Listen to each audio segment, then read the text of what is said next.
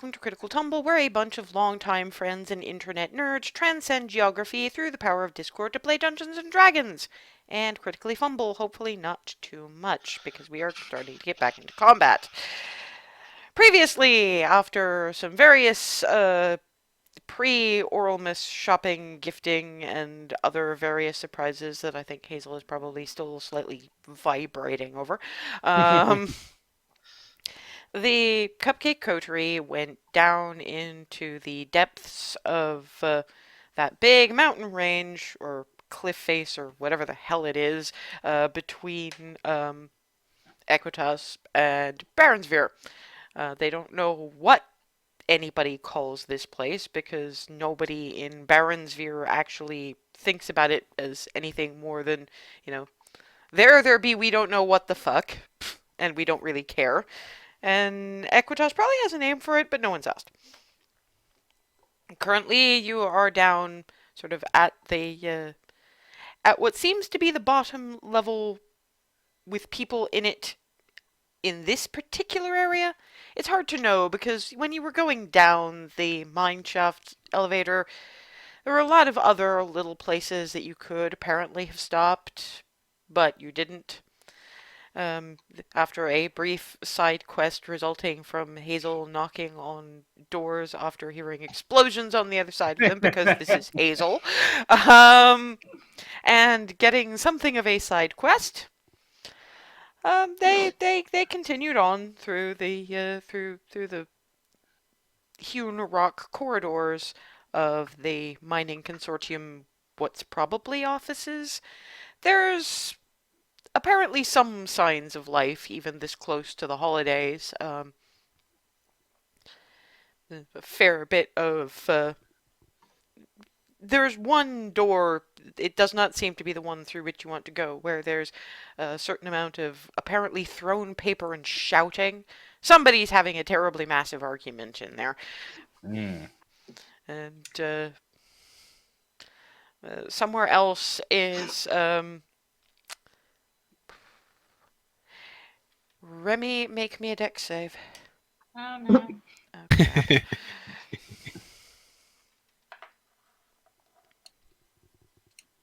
18. Remy is shorter than Alice. Remy manages to duck.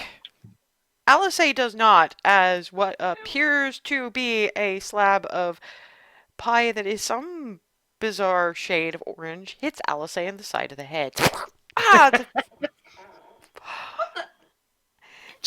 More through if you look through the door that just came out of it, appears to be a cafeteria, and there does appear to be a something of an argument between a rather elderly lady dwarf and Allie Sweetwater, wearing a tag around her ankle and going, "I'm just trying to make it serve people. Why did they stick you with us? Why are you even here? You're not even supposed to be here. They kind of banned me from anywhere else. And they thought you would make less trouble where they have explosives? Yeah, they're not even letting me anywhere near the explosives." Remy takes a little bit of pie. It would appear to be pumpkin. Okay, Alice. Pardon. Cling, cling, cling. I can do that. Remember the conversation I had with Hazel about they're walking, by the way. Remember the conversation I had with Hazel about consent? Don't do that. Sorry. Okay. You'd already done it, so it's just. I'm still standing by the way to the cafeteria, just with the Grab. I'm watching a train wreck, Hazel. and I'm getting dragged. Yeah. I'm getting dragged along. I'm not. By Ava and Alice, one hand on each shoulder. That door. Hazel. I'm gonna need a minute. I'm still not resisting. I'm just letting myself get dragged along. Yeah, no, Alice does not have the sense not to intervene. It's just sort of nudges Hazel in the direction of Ava. Just keep her here for a minute, and walks into the cafeteria. What are you doing? Look, if you want to teach her about any kind of personal responsibility and common fucking sense, send her north. Send her to the people. The dwarf lady thinks about this for a minute and then looks at her like, oh, I think I love you kind of expression. Oh my god, what have you done? I mean, redundant, honestly. And Allie's just going, but I don't like the cold. You should have thought of that, shouldn't you? Jesus, salty eating Christ. At which point, German the dwarf, who is stronger than Allie by a fair bit, pretty clearly, this is clearly a retired miner, grabs Allie by the arm, starts dragging her. Okay, but no, wait, why did you? Ah! Why is the wrath of the gods so pretty? Slam. Turbin's just like trying to become one with the wall at this point, just like, I'm staying so far out of this.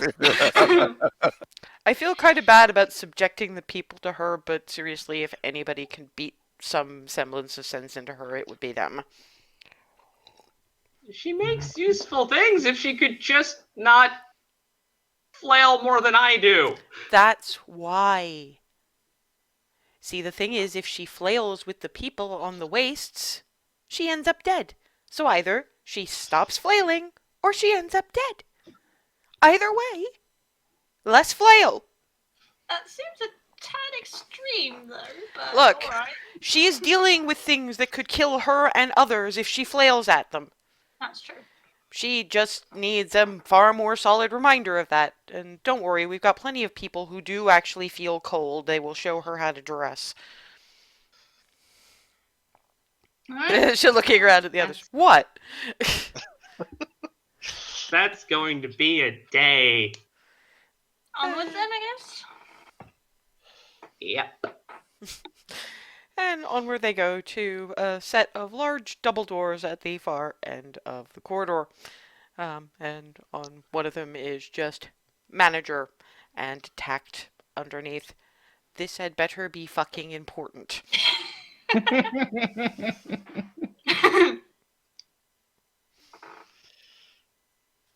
Kinda is, guys. Bam, bam, bam. If you must! Open the door, and the room is dominated by... and there goes Noms again. Room is dominated by an incredibly large desk covered in paperwork. More shelves of paperwork line the walls of scroll tubes and loose bits of paper, books, maps tacked to what little bits of wall you can still see, stacks of boxes and things containing more paper on the floor. It's kind of an obstacle course. There are, in fact, some baskets with scroll tubes in them hanging from the ceiling. There is no bit of space that has not been used. Froseth and Barnabas are going to have to be a little bit careful about where their heads go.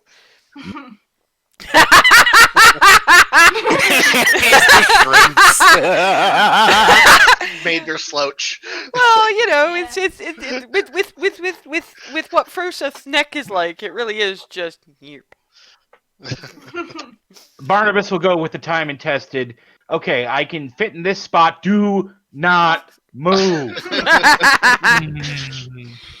Sitting at this vast, expansive desk is a individual of not the kind of size that you would think need quite this much room. It is a dwarf. He's kind of middle-aged, starting to salt and pepper a bit, and he, tidy beard, tidy hair. What does appear to be something of a burn scar going sort of up the neck a bit. Obviously another retired miner. Glasses which he barely glances at you over from his paperwork. And then glances, goes back down to what he was doing. And while seemingly not paying attention to you at all. Welcome to the Cobrea-Val Mining Consortium. My name is Mr. Denebry. You will not use anything but my Name and title. Thank you very much. You must be the adventurers. Yay. Yes. That's us. So I understand that you want to get to Salt Gate to go, and I suppose, given that accent, it is not technically an act of trespass, to deal with a problem that is plaguing. I am not entirely sure. Are we invading? It doesn't seem to care one way or another. It's like. No. I hope that Governor Fortinbras is being paid very well for this. So, um, you need to get to the Salt Gate. You have a couple of options for how to get there. I suppose I will have to give you options rather than just sending you down whichever way I fucking feel like it. I'm sorry, but we are busy. Understood. Now, your options largely depend on which individual's territories you're going to want to be going through, because we have a couple of allied individuals who we do consider citizens, but are not technically of Egref or Cobrea-Val. There is the each has their own dangers, by the way. I should probably point this out to you, but we are talking about adventurers here, and honestly, there are probably other ways we could send you, but they would take longer, and honestly, we would kind of be obliged if you would deal with the problem that is blocking the more direct approaches.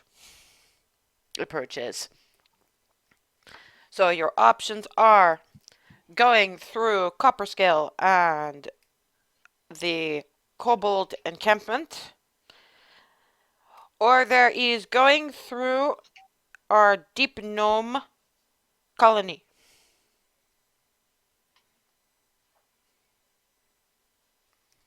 Which one is fastest? Well, they're both of about even. Time is more. I'll say is just, yeah, okay, what's in the way of each? What's the problem each of them are facing? All this paper, you gotta know. Well, yes, the Kobold encampment has been. The only reason the Kobold encampment is still there, I think, is because they are moderately alright with the. The governor has been surprisingly generous with copper dragon scales. I do not know how this is managed, but never mind. And brass, so. Either way, they are largely with the lightning resistance, and they have one of those long, squiggly blue things with the little salamander legs, except they are very big and they spit lightning. And the deep gnomes are dealing with a purple worm, which we would normally just leave to its own devices, but that one is beyond sufficient breeding age to be useful and is getting a little bit close to residential areas and is probably due for a culling anyway, and it's quite lucrative. So, although do keep in mind that if you are killing a purple worm, you would have to give 30% of anything you find to the Cobrea-Val Mining Consortium. Okay. Who had the map we were given? Oh, you spoke to her. It actually looks up at this point. Well, thankfully, her testing can be done in either of those directions, but you will be provided with a somewhat better map. Hers is largely localized areas. And it stands up, clambers up a little stepladder, and pulls out a bit of paper, and what he unrolls is large and very finely drawn. Partially because it's two maps, in a way. Vertical view and horizontal view of various layers of this, because remember, it goes along the whole country, dividing the entire country, and it's wide enough to be about 8 to 10 hours travel on a bullet train to get through. There is a lot of mining tunnel that you guys haven't even considered.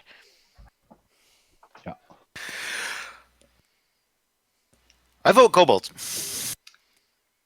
Did the description he gave of the blue thing sound like the Abishai? Two large stumpy legs. Give me a nature check. Uh,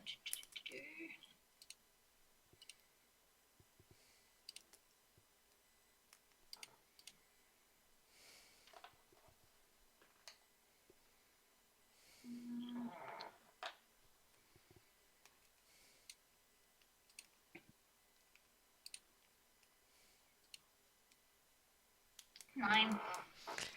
Yeah, unfortunately, it's you're largely forest, and you haven't really encountered this sort of thing.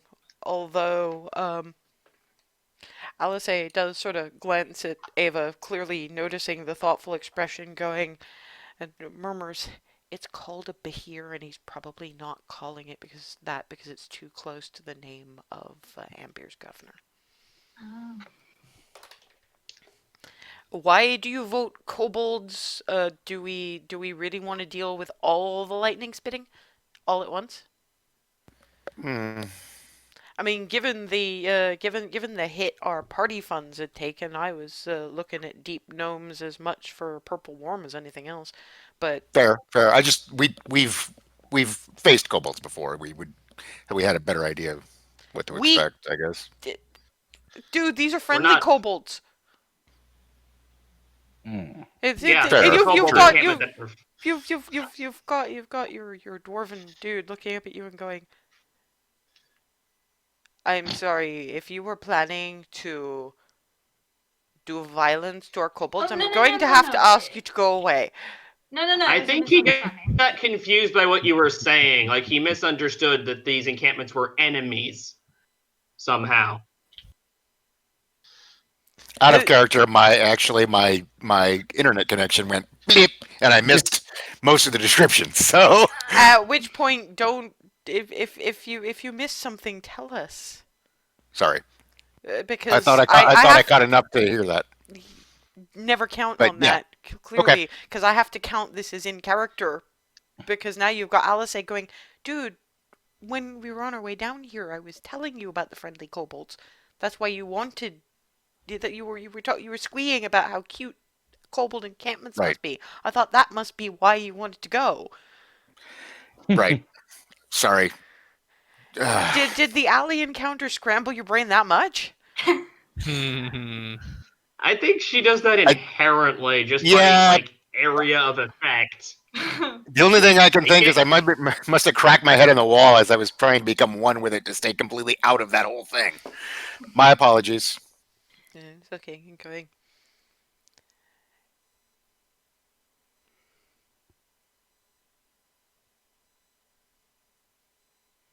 I am not sure whether or not to send you to the kobolds as a punishment. They are a little much. So okay then, in which case, Well, guys, let's take a vote. Do we want to deal with Lightning Spitter and see the adorable kobolds, or see what deep gnomes look like and reap the benefits of killing a purple worm? I've had enough lightning lately. Thank you. yeah, And we are just gonna have more anyway. That's kind of Yeah, what we're there point. for. Let's go with the worm, and if kobolds happen on the way, Well, And, I mean, you have a point. We should be mindful of our party fund. So if we have a means of replenishing that a bit. That would be nice. Yeah, and 70% is 70%. So hey, also, guys, sorry, Barnabas, go ahead. Just a quick question. What exactly is a purple worm and why would killing it be so lucrative? That would be because, and he just glances at the dwarf going, "I'll spare you this," kind of. That would be because purple worms eat the earth that they're burrowing through, and they they keep some of what they're eating, including all the precious gems and everything, trapped in them, but they also excrete them in a much less messy way than we do. Organic matter, matter that's like flesh and plant and squishy, gets the usual way, but mostly what they eat is rock, and they don't digest precious gems the way they do rock. So the thing is that if what he's saying is accurate, the thing is that they kind of like having miners tend to like having purple worms having been around because they don't tend to go back to their normal burrowing spots. Mm. And they leave pretty good tunnels and already mined gemstones and precious metals and things behind. But it sounds like they've got enough younger ones that they don't want older ones trundling around the place anymore. How do you even know where the damn thing is? Our naturalists have them tagged. Ooh, nice. Okay. Okay. That's That's new. brilliant. Our naturalists study them. Fair enough. Heck of a It's thing good to to study. know what the as much as you can about them, I suppose. Well, yes. Migratory habits, if they migrate, I don't know, but or at the very least, their patterns. Yeah, it's brilliant. Yes, unfortunately, some of them want to bring them home as pets. That is a lot of pet. To That- each their own. This. Okay, yeah. Ava. Some of What? the. Remember the. I'm trying to. What's the. I just I'm trying to recall out of the many big things we fought, which one would make an accurate size comparison, because the closest thing I can think of is. Well, I'm thinking mouth of burrowing maw. yeah, Yeah. exactly. Except it's not as constrained by it'll rear up. It'll come up out of the ground and chase you. I'm thinking mouth of a burrowing maw at the end of a tube. You do know I wasn't saying it was a good idea, right? You wanted to know. You You went expressed to each their own. you expressed in a way that you could do with further detail. So further detail was provided. I mean, to be fair, neither of them is a good idea. But then again, having neither of them being around is a particularly good idea. I do have a question though. Yeah, we're gonna get there one way. How are we gonna get back? Good Do point. we have to take the same route? Hmm. And the dwarf is perks up and goes, "Common sense adventurers. When did this happen?" She's here When the we met one. her. Crying. Yeah, Yeah. this is why she's one of the reasons she's here. We have none otherwise. Not entirely true. It's just most of our common sense is a little bit too quiet for their own good. Glances at Froseth. Glances at Remy, and then glances at Froseth, then glances back to Remy. Let's start with the purple worm. I mean, we'll probably be sick to the back teeth of lightning by the time we get back, but at least we'll be a bit more used to it. And who knows, we might be able to do something with bits of blue. Might be temporarily useful, I don't know. So, you're gonna get us to where we need to go. If it gets you people out of my office, I will send you just about anywhere. Yes. Okay, either way, your first stop will be Cofferkey. Is a village about an hour's ride by mining cart. I should warn you in advance that our mining carts do not go in one simple direction. There's a lot of up and down so that you avoid the various deposits is combination these, and I suppose you must have noticed our elevators by this point. Mm-hmm. Glances at Froseth and Barnabas. Thankfully for you, we are used to dealing with some of the larger races, and these will accommodate you. And as he's wiping, he bunks one of the hanging baskets.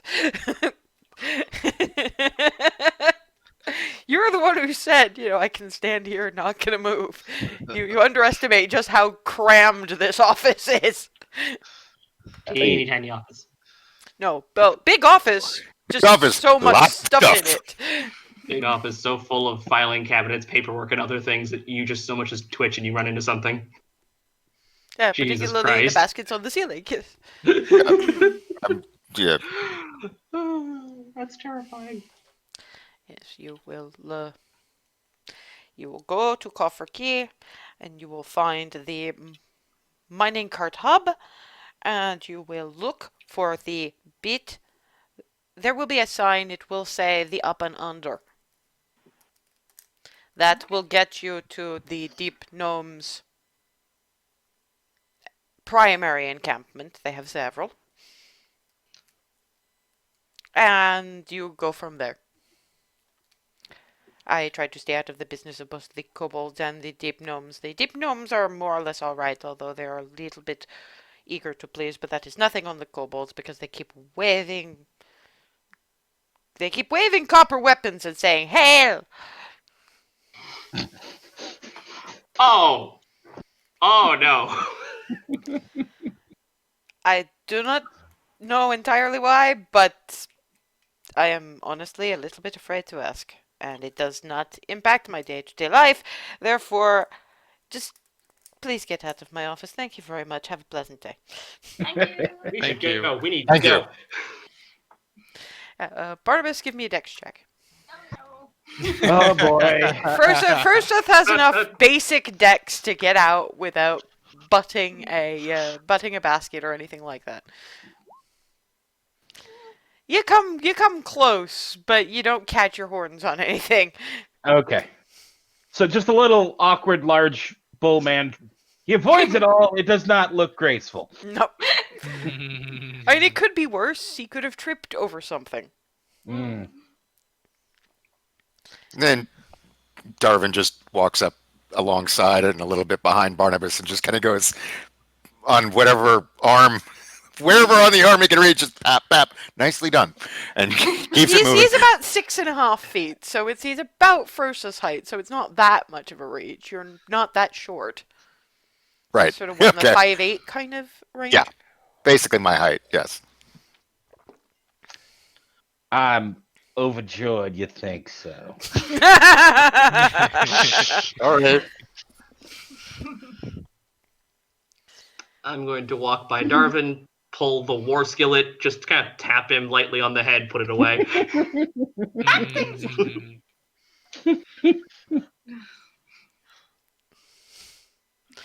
Quit while you're behind, my dude. It's okay. We know that you were trying. It's just gotta be awkward. Sorry about that, Barnabas. I guess you must have noticed by now that this place is largely built for shorter individuals. I'm well aware, but it's not. I've dealt with it before. I'll just be I'll try not to be clumsy. No promises, but I'll do what I can. Yeah, I'm not worried about that. Things happen. But I do get that you probably don't want it called out. Glancing at Darvin. I was trying to be nice. Sorry. Sometimes the way to be nice is to just let it go. Okay. Sorry. The white blonde with the ice ability saying, "Let it go." Fuck it. Go. I thought I wasn't gonna go there. I wasn't gonna bring it up. I haven't even wasn't gonna- seen that fucking movie. I was gonna let it go. Just you! shut up. Uh,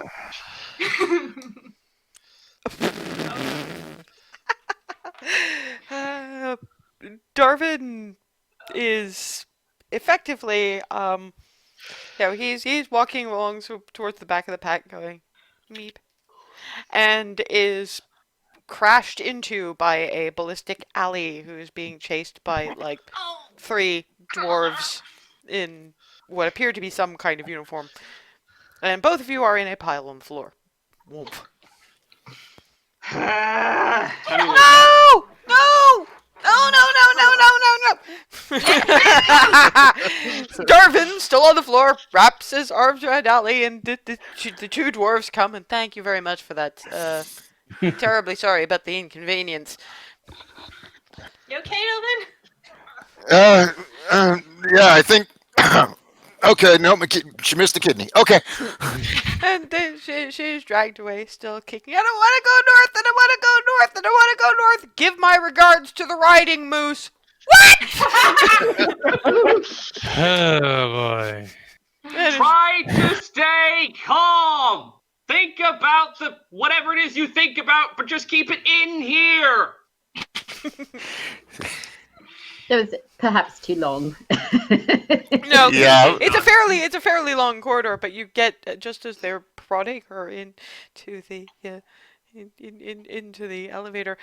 I will make things to make every meal you ever eat too cold. Slam. And I was just going to tell her to think warm thoughts, but okay. they have riding moose? We have riding moose. Yeah. I kind of would want to see that, actually. Oh, given the various will. things that we've mentioned, we're probably gonna take a trip up there anyway. There are some spots through the wastes to get to Demille that, while we could theoretically teleport, it's probably not polite the first time, and unless it's an emergency. And there's some spots you can't get through the wastes on an airship, so it'd have to be riding moose. Yay. Or dire wolf bobsleds, depending on how much. Ooh. I find myself intrigued by either option. Puppies. The last time you encountered a dire wolf, Darvin, it tried to eat you. Well, Didn't it kind No. of come pretty close to succeeding? Yeah, but The last direwolf he saw was dancing. That's very Yeah. true, but I think that's a little bit different. That's dire wolf by clarity, not dire wolf by. In the wild.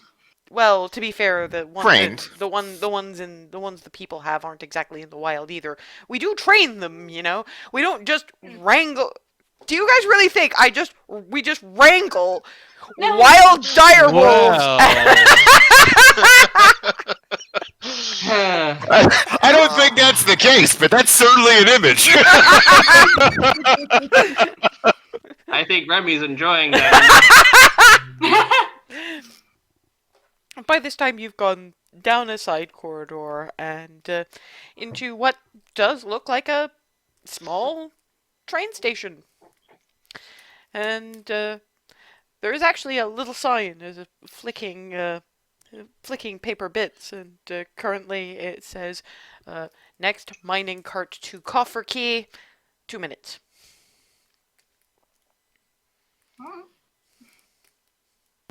Huh. The It's like the train. The platform is actually surprisingly ornate for what is mining bits and pieces. The barrier between the tracks and you has got this kind of copper filigreed barrier with what does appear to be a door for anyone who's actually literally going to sit in it. And there's some carved wooden. There's some carved rock, really, although they look wooden at first glance. Benches and this weird kind of lit up box. If you go in to look at it, it's glass fronted with a kind of a little slot about the right size for coin at the bottom. Little buttons that correspond to what appear to be wrapped up bundles of snack. Hmm. And a slot at the bottom where apparently you could reach in and get your snack. Yes, they have vending machines. Hmm. It's And Eggref. just- Of course they have vending machines. I'm just blinking in awe at this thing and just looking at. You've got those thin bits of deep fried potato in various flavors. In point of fact, you have jerky, you have roasted nuts, you have little bars of chocolate, Because and mining does get you hungry. and a rack that's various flavors of muffin. Although, looking at them, you get Alice looking at Remy and going, "How long do muffins keep?" Few Hmm. days. I don't want to know what they do to those things to make them keep longer than a few days if they're gonna. Good Yeah, point. I was thinking about something from that, but yeah, good point. That's Never mind. that's just the muffins though. Everything else Oh, I probably know, keeps but way longer. yeah, but And they're wrapped up in this not quite. I'm getting chips and I'm getting chocolate. I'm just like just picking random things and just getting a few things. Yeah, total you've got about a silver and you've got like a couple of bags of chips in different flavors in fact and chocolate in a bar. Mostly you've only ever had chunks and now you have this. oh, what the heck? I'm going to give the bar to Clarity and just kind of like look at the assortment of chips and just start wondering.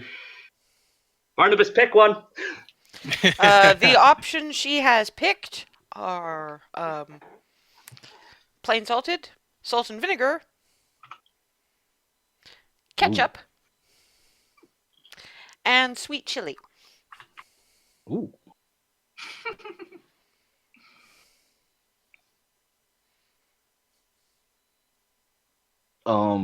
Sweet chili sounds pretty good. I'm going to just yeet the bag at him.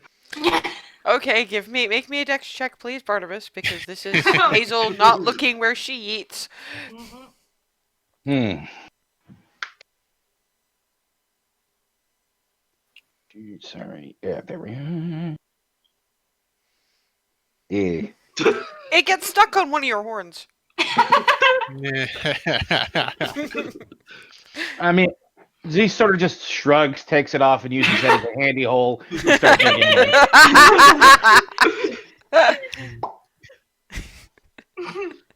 I'm not sure if that was great aim or crap aim, but either way. Yeah, Darwin will grab a couple of couple of bags of the chips. There's any like barbecue type flavorish and The closest you've got is sweet chili, actually. Those are the four All right. flavors. oh, okay, that'll work. Grab a couple of bags of those and grab a bar of chocolate and be like, Ava, just hold it up and be like, huh? Sure. Cool. All right, here you go. I have my own snacks, thank you. And while people are doing their last deliberations over the snack machine, again, surprisingly ornate. And it's got a little locomotive, My proper bright red copper chased locomotive, choka choka choka choka choka, with like 5 empty mine carts. It's all still fairly small. It's not train sized, but it's kind of almost toy train sized. And the last carriage is an actual carriage, which again it looks closer to the trolleys except it's glassed in. With clearly magical runner lights on the outside, and the little the copper filigree doors just sort of open, and the glass doors of the thing just slide, and there you have your. I mean, it's apparently made to fit a significant number of people in not a whole lot of space. It's basically rows of rows of seats, 2 by 2 by 2 by 2 by 2, and you could fit a lot more people in there than you guys are. And thankfully, it's been made for average-sized sorts of people-ish. Average being for, like, 5 feet to kind of 7 feet-ish. You can imagine, like, Goliath's probably having a problem, but Right. Well, make your trains. Shall we? Clarity goes to the frontmost window seat. left or right side. Right. Yeah, so you've sort of gone the side away from the doors. So, yeah, you will notice as you're looking out, there's kind of track on the opposite side as well. So they've clearly sent you to the one that's going in the appropriate direction, or maybe that one just goes somewhere else. You don't really know. But this is where you're supposed to be heading. I'm going to bounce over and situate myself next to Clarity. I'll sit on the front on the left. Alice's happy chilling in the back left seat. Romeo, sit down next time, I was saying. Not surprising. This thing is entirely too shiny and awesome. This is when. I am assuming everybody finds themselves a seat. Mm-hmm. Wherever there's room. Yep, but more There's or less at random. Yeah, there's room enough, but you will find that before you stop at Cofferkey, there are a couple of other stops. Each in there's still a little bit of that, copper filigree grandeur to the immediate space, but what's beyond it is straight up grubby ass mining camp. You stop at the first one, and, like, 4 halflings sort of pile in, squish onto one of the benches that's for 2 average people. Look at you like, okay, you don't look like miners, but fuck it, and then start gossiping amongst themselves in halfling, so it's only Hazel and Darwin, who has his Helm of Comprehend Languages, who can hear them placing bets on what the adventurers are going to kill.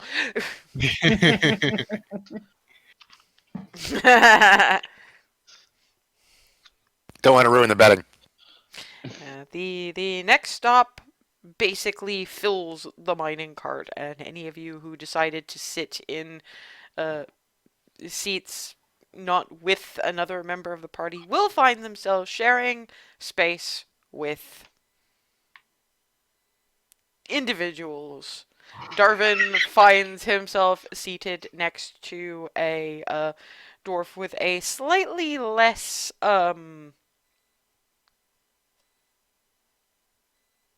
ornate and functional version of Jenna's mechanical hand. It's more kind of, it's not quite a claw, it's got 2 manipulators instead of just, hook thing, but it certainly doesn't look like an arm anymore, and this man has seen some mining related shit.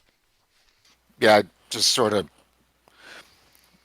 I raise an eyebrow, but then I just continue just looking out the window because it was just sort of an eyebrow of like, oh, though other people have those. Cool, okay, Well, here other people have those. right. Ava finds herself with 2 young-ish gnomes. Young ladies, but also still clearly been in the mines. But this is probably their first time. They look kind of post-academy student kind of looks. Cram in next to her, kind of slightly apologetically nudging her closer to the window edge so they can all fit in, and offering her bits of jerky and dried mushroom. Badger. Don't give Clarity ideas.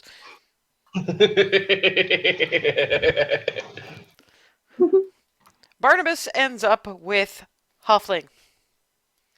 Middle-aged woman. Looks up at him. ma'am. Hello to you. Rummages around in belt pouch. I mean, this woman is very much dressed for the mine. She's not as scarred up as the others, but that could just be she's more careful. But the basic mining kit, lots of pouches and pockets. Starts digging, pulls out some unnameable tool, rummage back in, out, and every gadget, rummage back in, and pulls out this little sack with embroidered violets on it. Would you like a cookie? I would be most obliged. Thank you. It's candied violet cookies. Oh, Dios mío. He's the one who found them on brand. Yeah, so she is very much when she has fed him cookies, she out of another pouch she pulls out knitting, and as she is knitting what does appear to be a pair of mittens, is asking, so so what brings you to the Mining Consortium tunnels, and have you been enjoying aircraft so far? I do not mean to pry, but I do not think that you're a native. You'd be correct, and I've been enjoying it quite a bit. My friends and I we have some business to take care of, and believe we've been hired to do a little pest control, as it were. Oh, that is wonderful. You must keep the rest of the cookies. I'm sure it is nothing compared to what the Mining Consortium will pay you, but I'd like to show my appreciation just a little bit as well. Oh, ma'am, thank you. They are absolutely fantastic. You're adorable. Froseth also gets a couple of gnomes who, in this case, are kind of they're a little bit more upfront about it than the halflings, who are just like, so where are you guys heading?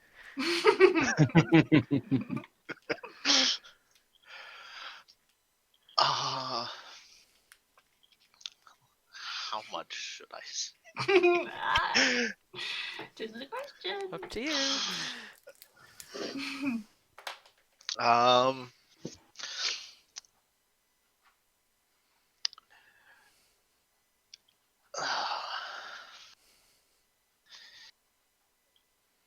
Well, first stop, we've been tasked with taking care of a purple worm. Money starts changing hands on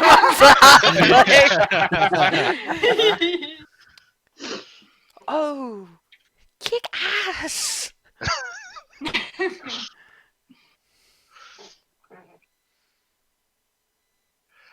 I guess we intend to, yes.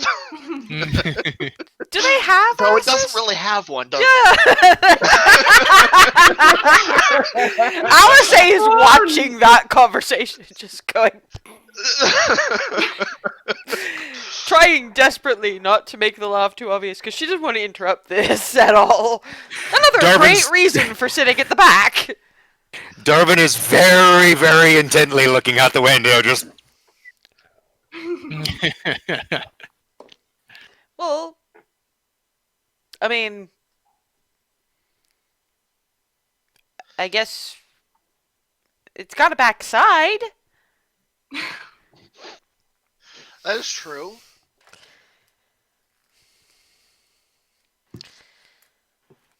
I'm pretty sure that there's a couple of naturalists who are going to be sad though. They know that it has to go because we don't want it overpopulated, but they kind of got attached to Bitey. Bitey. at which point The naturalists name them. Okay. So far, they've got Bitey, Squirmy, Digger, and Sue. Okay. Ding.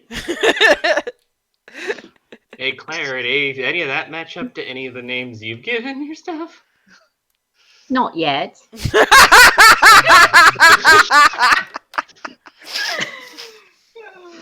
Think Norman would have fun out here? Maybe not with Squirmy or Bitey around. I think that would be just a snack. And yeah, Norman getting eaten would be a bad, so. Well, he'd come back eventually.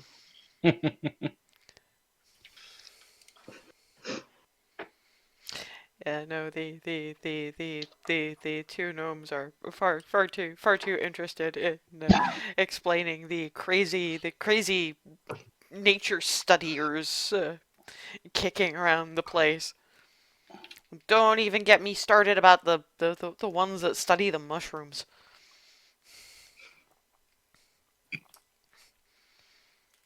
Ever heard of myconids? You have, actually. Shanaira told the story about being queen of the mushroom people. So you have actually heard of myconids. Yeah, okay. Wait, that was real? Actually stands on a bit of bench and leans back. Yeah, myconids. Mushroom people. Well, it certainly takes all sorts, doesn't it? Yeah, just unless you want to be tripping, don't breathe in too much near them. Some of them. Anyway, there's lots of weird in the mushrooms. Careful of the mushrooms. Good to know. And the one sitting next to Ava just pats her arm and reassures her, mine are fine. Mine come from proper mushroom farms.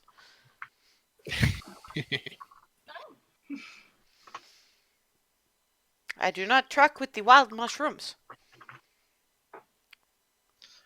Probably best. Some kill you, some kind of melt you a little bit, some make you see some very bizarre things. There is quite the trade in collecting some of the spores, but you have to be careful because in some cases, if you inhale them, you kind of die and are turned into a mushroom person. And there is no turning back from mushroom person. Wouldn't the melting be part of the ones that kill you? Melting seems like something you don't really come back. I said a little bit. I mean, you do know that there are several layers of skin. And skin grows back. Acid dust. Poof.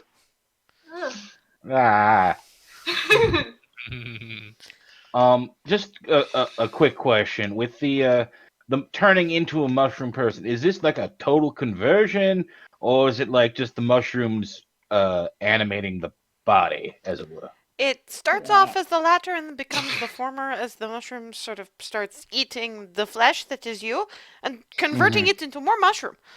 That's what mushrooms do. They eat the things that are given to them to eat and they make it into more mushroom. Right. Somehow with the mushrooms. Somehow not that's all more of the mushrooms. disturbing Some than of the going back home. Some of the myconids are quite charming. You just have to be a little bit careful. Do not piss off the mushrooms. Noted. that Darwin is literally writing very large in his notes. Just, do not piss off the mushroom. Oh, and yes, be careful of rock formations. They might not always be rock formations. Some of you know about this. You remember the roper. That thing. Oh, I don't. Yeah. Was it from up or down? Was it big or small? Because there's more than one type. This one was on the ground. The one we handled. I think it was kind of big and it wanted to eat. It was on the ground, pointing up, and... Well, the big ones can be up too, if they want to be. They just move very slowly. But then there are the smaller ones that are kind of...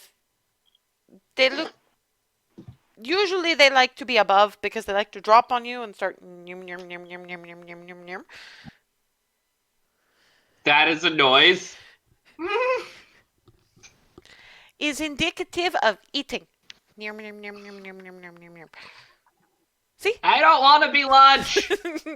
You None of us chose do. the wrong profession, young cleric.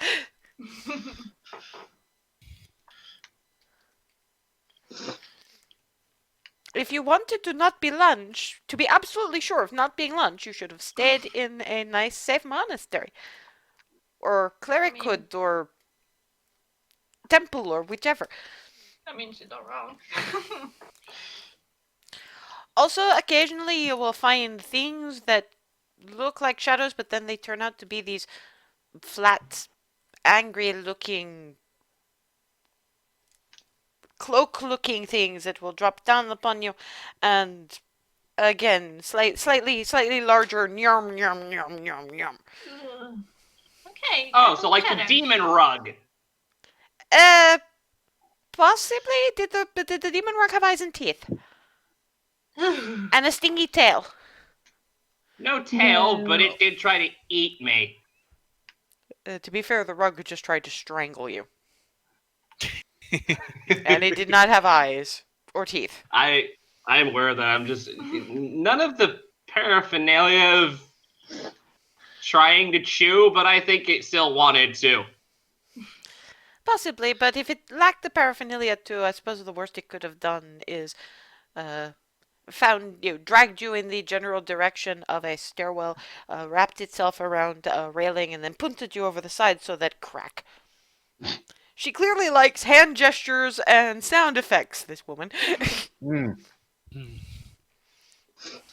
Meanwhile, the mom friend sitting next to Barnabas is digging around in another pouch and has pulled out another bag. I think this requires us of more cookies.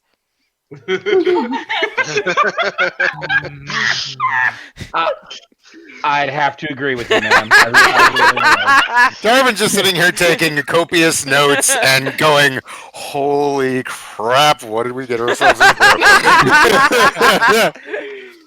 There is a terrible lot of things because we do have some proximity to the Underdark, you know. Oh boy. You had not thought of this. Alice says, like, I thought of this. I thought everybody did I this. did. Yeah? Oh, No. we knew. Fairly aware of it, yeah. And yet this is Alice saying now going, and yet it didn't occur to you that there was going to be some atrocious shit down here. Well, not Too that busy focused on the dragon. I get it. And every other person in the cart is just going, you're the ones going after the dragon? Oh no. Oh shit. Oh boy. This is why we didn't consider worse things, because that's Kind of pretty takes good already. precedence. Yeah. Yes, I would. We have to make it to the dragon first. Yes, the one sitting next to Ava, the one very much enamored with hand gestures and sound effects. Yes, you might actually want to start considering the kinds of things that you might end up taking, because at least one of your routes, I have been hearing some rumors from some of the other mining camps that they've had a problem with that one. It's a deeper down one that's a little bit closer to various bits of the Underdark, where some of the things that I think there's a mind flare colony around. I mean, it's the Underdark. There's mind flare colonies everywhere, but no. we think that some of their experiments involving oozes kind of got out. Black ooze? Well, they're not back anymore. I don't think. I haven't actually seen them. It's not so much what they look like; it's more what they do. It's not. They because they are related to things that eat brains. They don't so much eat brains, but they do eat memories. Not permanently, as long as you can survive long enough to get everything back. But it's apparently very weird and very painful process. And then apparently the ooze, it has a little outcropping thing that looks like you if it gets enough of its ooziness onto your memory. Hmm. And it gets a lot of your abilities too. Wonderful. Good to know. Delightful. There is a lot of nasty shit down here. Why do you think we are paid so well? Because the tunnels are the big yikes. This is why we are glad when we have adventurers down. Some of us are anyway. Some of us think you are terribly annoying. I can see both sides, really. Because you're loud and often are very much enamored with attempting to gargle your own boots. That's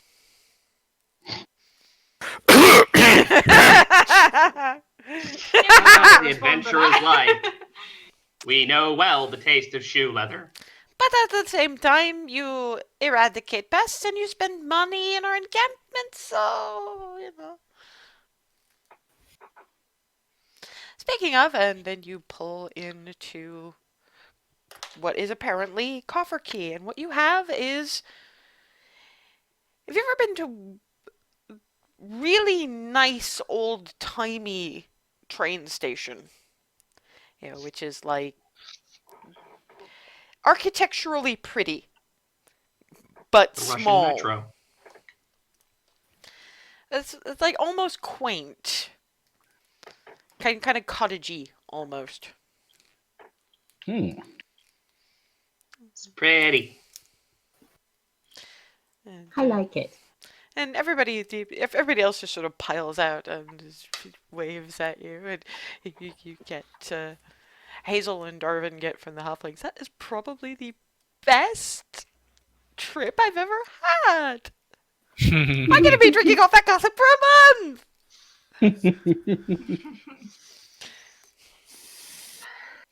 Following them Those- out of the little train station, you see Cofferkey, which a lot of what you need to look at to see Cofferkey is up. Because it's not just built on the horizontal, although some of it is. A lot of the buildings seem to be pillars carved as supports to the ceiling/sky. And they are intricately carved, but just about all of it is made of the stone around them. It's clear that this was at one point a mine shaft that was played out, expanded, supported with bits of its own structure, and then added to with... I mean, there's more, yet more copper and steel filigree, but it's as much function as form. You can see where it's supporting everything in a kind of a... It's kind of an Art Deco kind of thing. Huh. But it was made to be pretty as well. It's pretty clear that whoever designed this, or arranged for it to be designed, basically looked at it and went, they're going to be in crappy-ass mining tunnels for a lot of the day. Let's give them something worth seeing the rest of the day. The other thing they have on the high up, they've got what are probably some very high-powered lights, which approximate daylight. A little dim, because of how high they are, and there's only so powerful they can manage, probably. But it's not... It doesn't feel like underground. There's too much space above for that. It avoids feeling claustrophobic. This is an impressive handiwork. Mm-hmm. And I think there's more than one spot like this. Yeah. I'm gonna check the... I think there's a timetable on this wall here, and see about getting out yes. to the up and under. Has a quick look. Okay, there's... Looks like they come like every 3 hours. And we got an hour and a half until the next one. Okay. I mean, I know we've been snacking on the thing all day, but if we find what passes for a tavern around here, maybe we can get some more information about what we're getting into, because it's pretty clear that we maybe don't have as much as we probably should. Yeah, like Yeah. I figured there was going to be wildlife. I just didn't anticipate the sheer variety. I mean, I knew there was going to be weirdness, but wow! Dude, you were so lucky. Um, Living in Baronsvere and in the spaces you were. I mean, never mind the time I spent in and around the Alamavera Wastes. You should see that you will see the shit up north. Oh, I'm looking forward to that. Well, some of it. I think he's still focused on the dire moose. Yeah, specifically, yes. On the next leg of our trip, I have some stories for you. Ice hags. That Ooh. sounds lovely.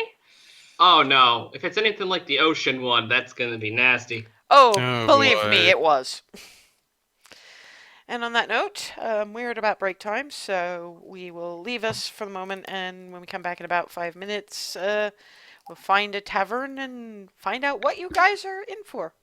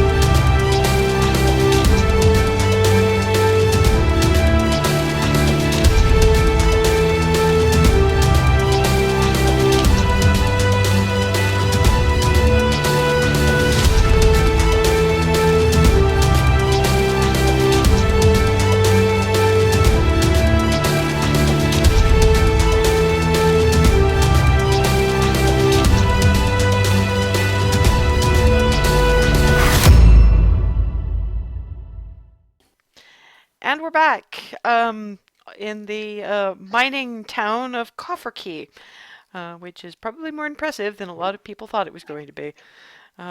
Largely Art Deco, copper, steel, and rock. A lot of rock. But the things they can do in this whole area with rock is actually pretty impressive. And it's well carved, well polished, and clearly just sort of carved whole rather than made out of bricks.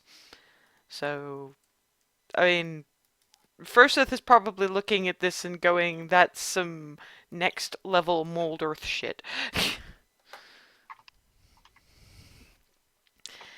Wandering through in search of a tavern, you find, some shops, a small market, and eventually it doesn't have a name. It's kind of a saloon. And it's a pretty saloon, but it's got the rustic sort of appearance in the batwing doors, and it doesn't sound overly busy, but there is basically a honky tonk kind of piano sound coming in from in there. That alone. Alice, Darwin, you need to go in there just from the sound alone. Well, yeah, I haven't seen another tavern, and we don't have that much time, so. Walking in, there is a piano. There's not a player. The keys are moving. And there's if you're closer to it, you hear in the background of it, there's kind of this quiet whir noise. So it's probably something machiney. That's really ingenious. Clarity scuttles over to it and just sort of stares at it. I love this country. The song ends and you can hear the tick tick tick, and then it starts playing a different song. That's impressive. And from the bar, standing probably on a bench is a rather strangely burly-looking gnome, older. For a gnome, probably a fair bit older, going, "Please do not poke the entertainment. Thank you very much." We weren't touching it. We were just looking. I'm just looking. Yes, but you have the poking face. Got a good point.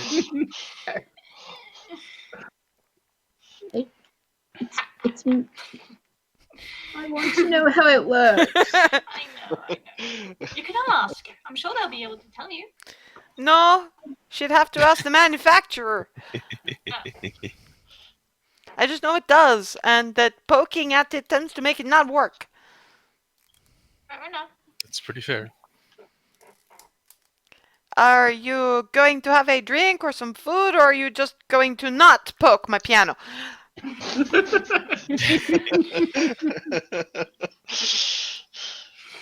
Yes, drinks, please.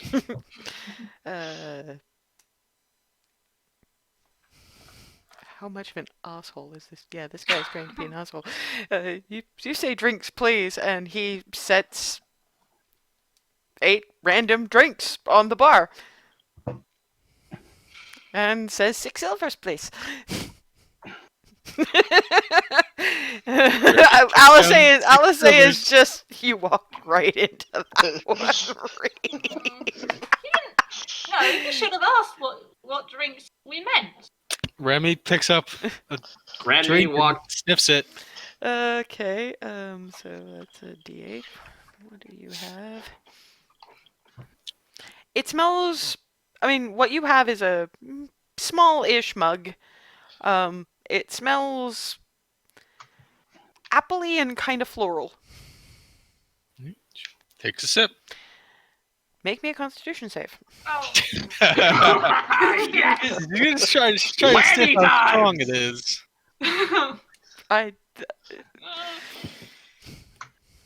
She seems fine. Remy seems fine. The rest of you notice that the ends of Remy's hair are kind of starting to sprout flowers. Remy?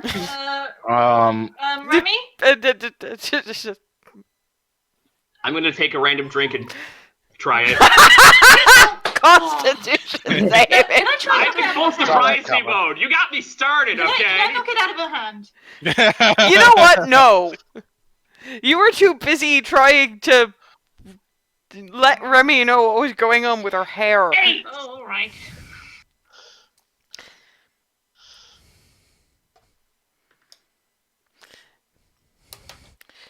Yours tasted oddly of.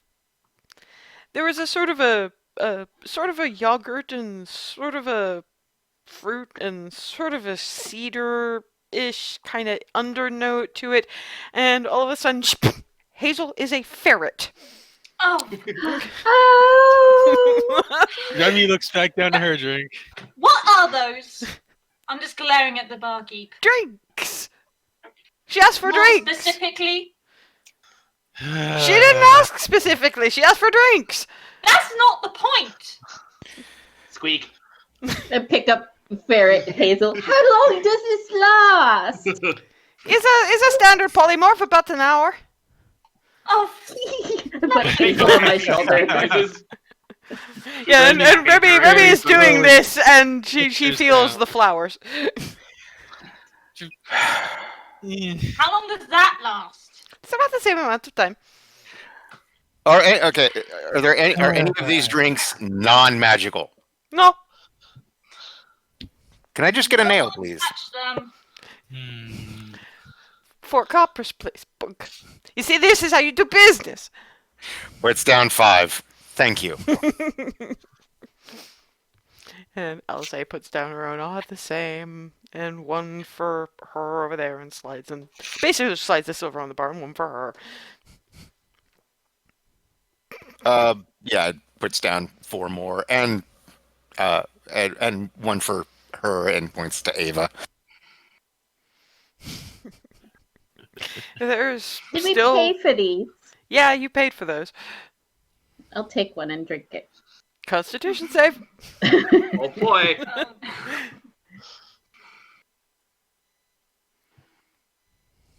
13.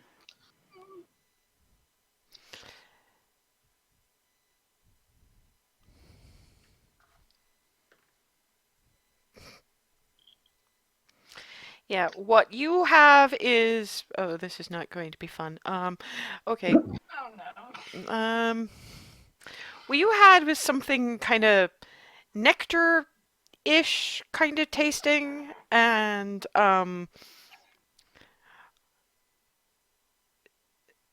it's a bit of a thing because Hazel kind of drops as you become approximately pixie-sized. Oh. Ooh. I'm so tiny. And Hazel takes like 5 points of... Well, no, actually, to be fair, Ferret, you're fine. You're ow, and whoa, what just happened? Just glaring at the barkeep. I did not look. Her is entirely on me. But when they saw what the drinks were and heard what the drinks were, and they kept drinking, that is not my problem. I mean, You brought them out. Yes, but that doesn't She mean they said- have to drink them. Ava, it's leave it off. Ava. We paid for them.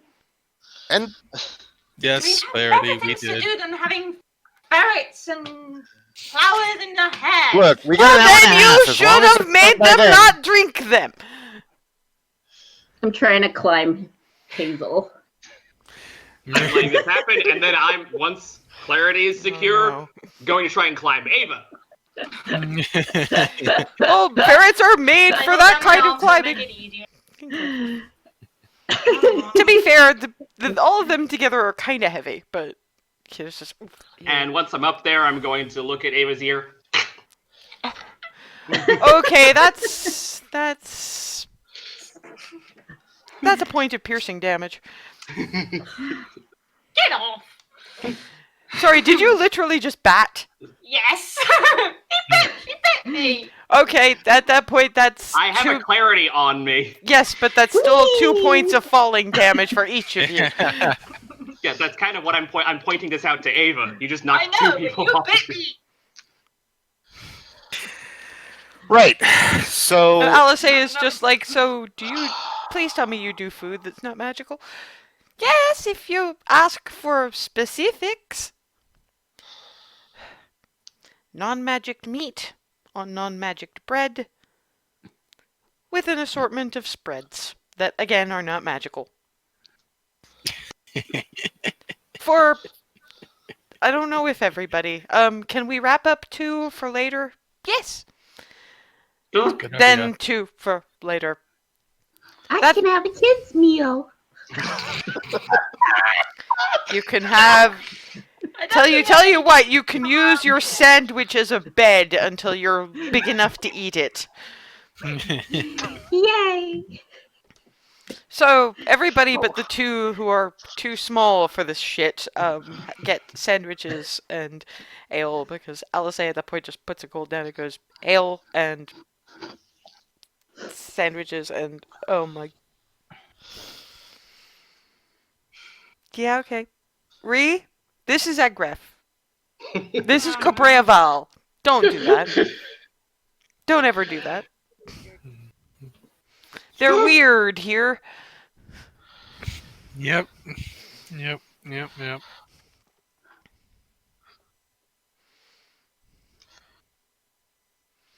And yeah, there's Just clarity. scrabbling. Oh, which- Just running around in circles.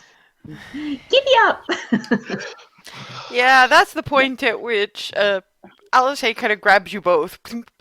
puts Clarity down on the table, sticks Hazel in the flitty bag. And Flitty sort of looks at Hazel and goes, "When did we get a ferret?" And pokes head out. "When did we get a ferret?" That's Hazel, Flitty. That's Hazel. I'm figuring that's what you're asking. That's the Hazel lady? I didn't recognize her without the bow! I'm gonna pop out next to Flitty, just another and just turning. I'm flailing. I don't care.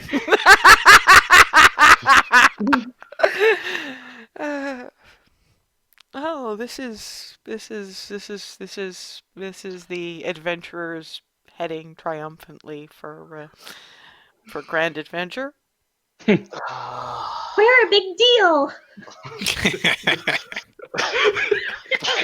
Your new patron must be loving the hell out of You it. know, I was about to say much the same. If there's anybody that would get a kick out of this. I'm fucking Karen. She's tiny. And Remy is still sprouting flowers, just pleat.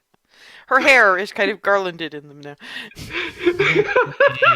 It does not suit you.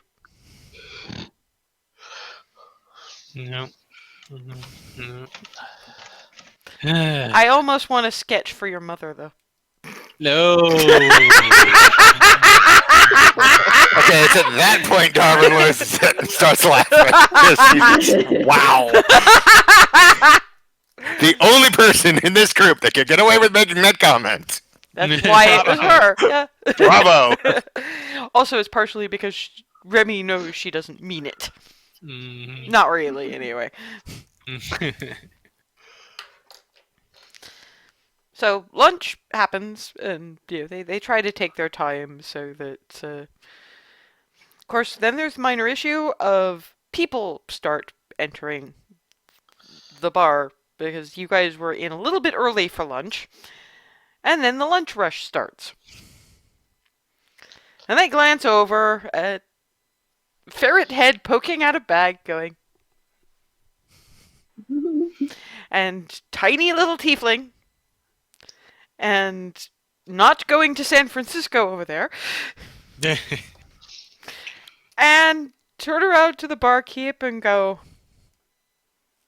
"Ebert, why do you do this? She just asked for drinks." Oh. Ava gives him another withering look. No, you see, and the individual, another sort of burly, tallish for a dwarf, miner type, looks at her and goes, "Why are you giving him that look? You just asked for drinks." He didn't ask for specifics either. You said you wanted drinks. Usually, if you just say drinks, you take what is offered. That's whether you want drink or food. But if you specify one or the other, you then ask. Maybe where you come from, but keep in mind this, from your accent, is not your country. Perhaps you should learn to respect the traditions and behaviors of the people in the country in which you are currently traveling, instead of assuming that everybody should behave like you.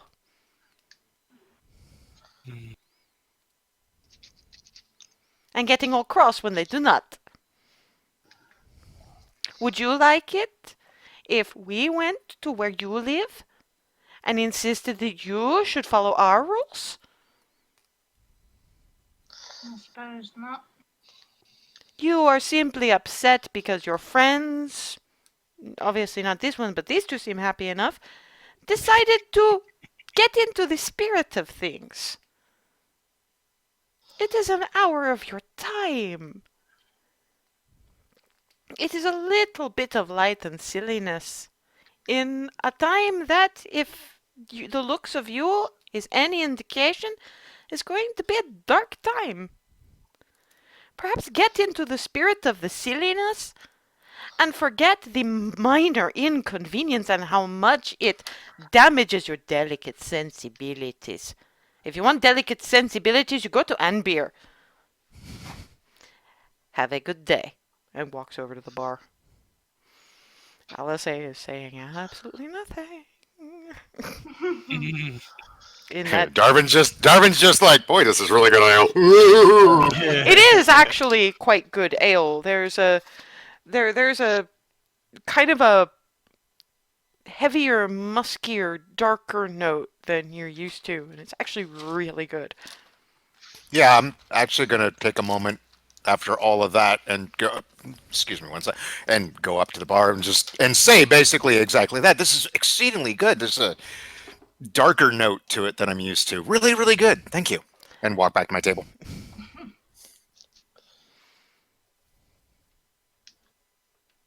You okay, Ava?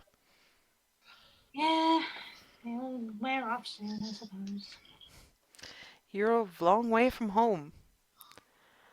I know it's probably different for you. It's, I've had 3 different provinces as my home, and if I had behaved the way it was okay to behave in Belarus when I got with the people, I'd be dead by now. Here, the silly doesn't kill you. I suppose not. Well, I guess it probably could, but but but to be fair, nasty, this guy this guy was clearly not doing anything nasty. He was doing Yeah, some true. silly shit to remind that verbal caution is probably a good thing in a province known for its riddles. Doop doop. Yeah, I suppose. Scritch, scritch, scritch, And I even scritch, give scritch. Hazel a little bit. And come on, this is Ms. I'll try anything once, and pulls out some of her mango fruit leather and hands it to Hazel. Try anything once and twice to make sure. I'm just gonna fall back completely into the bag, still chewing. And then for Flitty, using Hazel as a cushion. You're not any less flaily, but you're comfier this way. This is all just being heard from the bag. I love this. I'm gonna sit on my Darwin will sandwich and translate just that. kick my feet. Darwin will translate that last Flitty comment for everyone's benefit. Well, if it was gonna turn Hazel into anything, it's apropos. Yeah, actually. Come She on. bit me then. Well, I really hate to say this. You know that you're my Rika, but you were being a bit of a bitch. But that was a bit rude. A little bit. Teeny bit.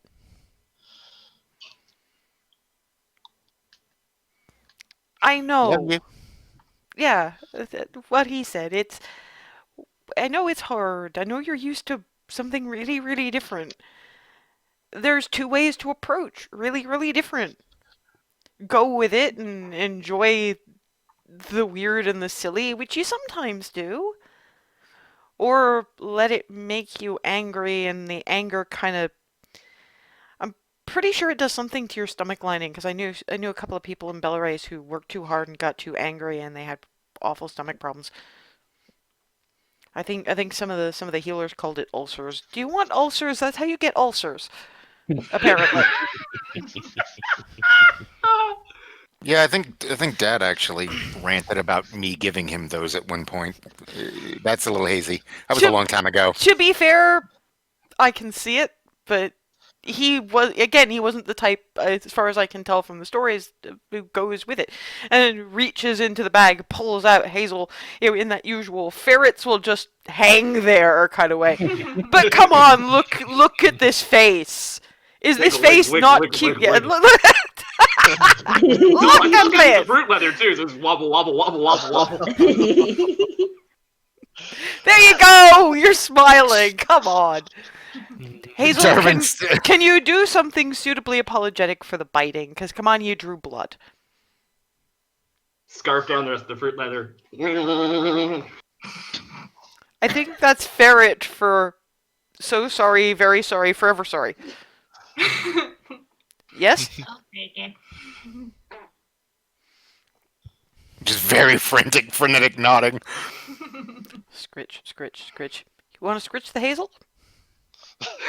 There you go! Happy wobbles. Follow the bouncing ferret, Thank you. apparently. Speaking of, we've about finished sandwiches, those of us who've been in a shape to eat them, so it's probably about that time. Puts her down. And about 15 seconds later, poof, hazel. Take it off the sandwich. And she puts Clarity down after that, and poof.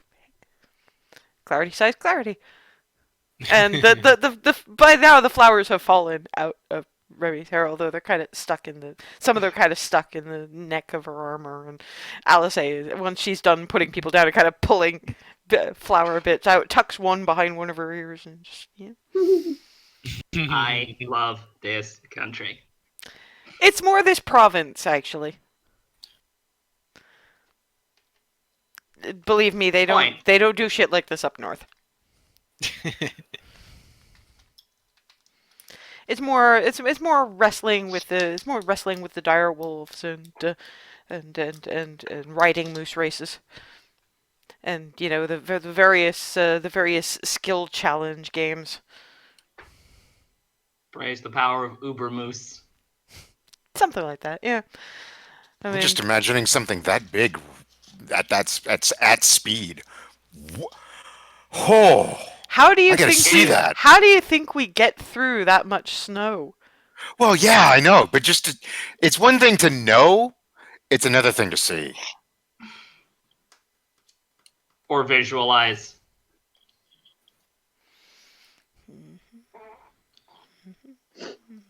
Out of character, I have seen footage. I've never actually seen it in person. I've seen a moose in person. I've never seen a moose at full run in person. It's like a snowplow on roids. Yeah, pretty much. Yeah, pretty much.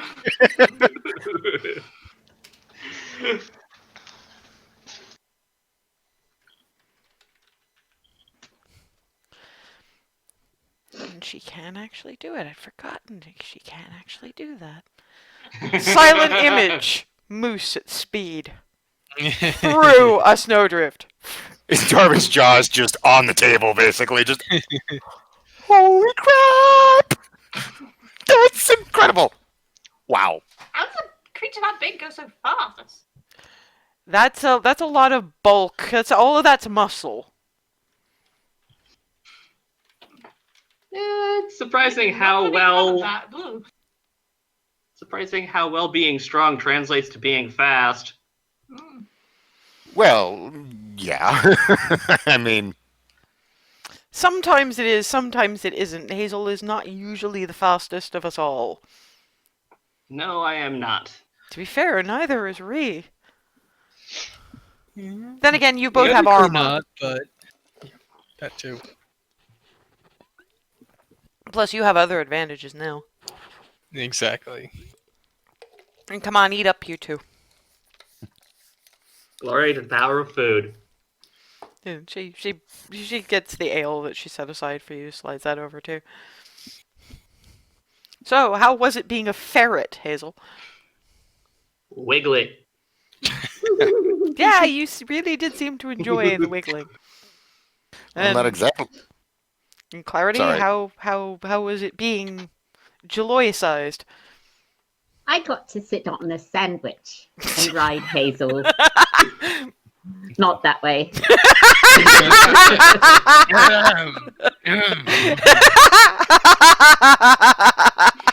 I'm just giggling and also turning the color of a tomato.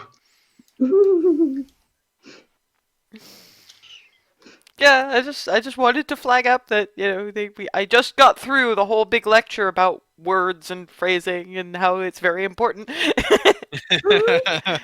And right back down not a rabbit hole this time, we went. I wonder what you do call I don't think it's a ferret hole. Den? Burrow, I think, or den. I thought it was burrows with rabbits.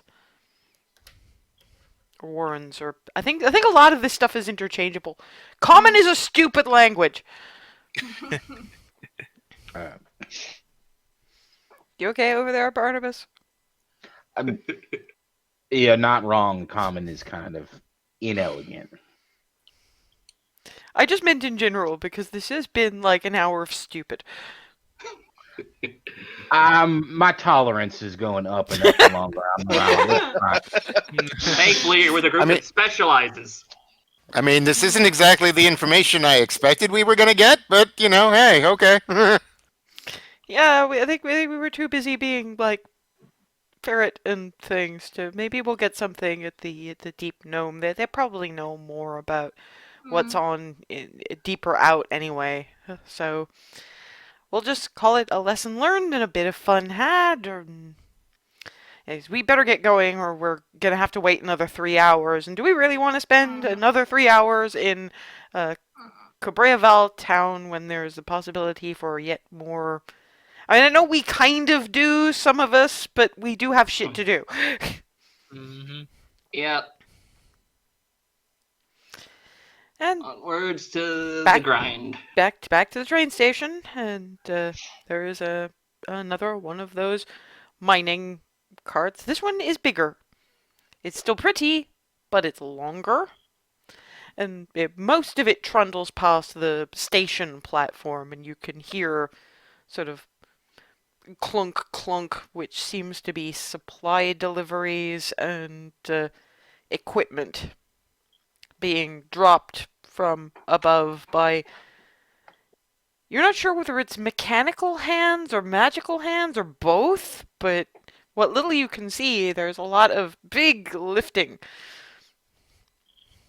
And stuff getting just dropped onto the Onto the mining carts, yeah. from like further down the tunnel. Yeah. Cool. You guys get a somewhat larger compartment than you did the last one. The Cofferkey to Egref ride is kind of, is kind of short. Similar but larger and with more space carriage. But the seats are still pretty basic. And they're pretty enough, but one of the things that is largely missing is upholstery. You see why when a couple of still slightly scruffy looking individuals who, only stopped for a quick lunch or are starting a later shift pile on in with you with rock dust and gods only know what other kinds of crap they're wearing. Basically, they made this thing comfy but easy to clean without having to prestidigitate it every time it stops somewhere. But there's still the potential for looking out windows and yet more stops. So you spend several hours on this particular route, and it's a little odd because you go for about an hour and you stop. There's a small platform, smaller even than the one at Cofferkey. It was clearly is a mining camp out there. And then instead of going down a slope or anything, the entire thing just lowers, like it's on an elevator. Does that for about 20 minutes. Oh. Then hangs a left and just sort of. You think it's maybe going south-southwest, but you're not sure. Stops at another camp, goes up for about an hour, and yet you're still underground. Keeps Any going. of the walls outside of the windows like glowing or anything? Sometimes. What is outside the windows? Just stone and. Mostly stone. Occasionally you'll blow past other mining camps that are on a different line, or you're just not stopping at them at the moment. People get on and off at the various different stations. Give me a perception check though, the rest of you, to see what else you see. Me too. Everybody who wants to. Oof. Nice. 10. Remy's the only one who sees shit, guys. 5. 15. Yeah, Remy is good at noticing. I mean, she pays a particular amount of attention to things in caves. And she's very well equipped to do so, given what happened in that one. And she does see, none of it seems to be threatening the car or anything, but there's stuff moving. So the occasional flapping out by the roof, and occasional very quiet skitter noises, almost drowned out by the sound of the wheels on the tracks. Remy looks at how sturdy this carriage looks. Given that perception check, this thing was been built to withstand a terrible lot of shit. I don't notice any of that. Nope. Remy is content enough still. You do get Alice sort of glancing over at her like, It's nothing.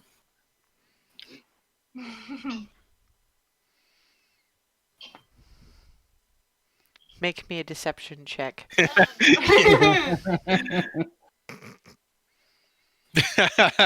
Yeah, nope, still no. And it's like, Oh my god. it's like, okay, yeah, I'm gonna have to remind you again about the issues with lying to someone who reads your body language more than your actual words, but if you don't want to talk about it, that's fine. Just tell me you don't want to talk about it. Don't tell me nothing when it's not. Okay. I'm sorry. It's okay. I'm mostly teasing you.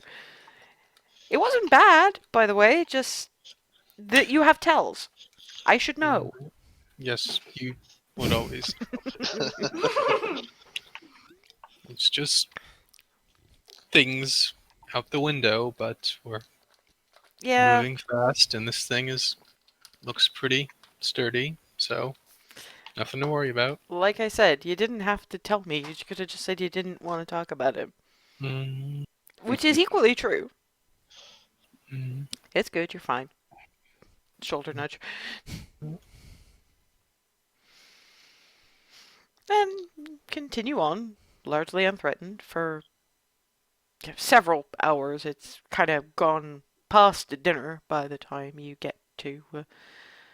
and Darwin is apparently dozing in his seat. I would probably nod off at some point too. Yeah, Alice's not bothering with that. She does hum the occasional bit of musical accompaniment for your journey, but beyond that. But eventually, it's kind of this stop is a bit more. You know that difference between you're stopped at a station on the line and stopped at the end of the line. This is a stopped at the end of the line stop, so it's chung. So that'll probably jolt awake anybody who's. I think we're here, guys. Yes, sir. Okay. Would have been napping in Clarity's lap at this point. I've Yes, been reading and yeah, closed the- my book. Yeah, the various miners have been on and off heading to various mining camps. Have looked at this sort of curled up half elf with her head in the tiefling's lap and just sort of going, "Ah, how cute." And one of them mutters in Dwarvish, "I hope they pay more attention when they're camping out in the open." They're gonna die.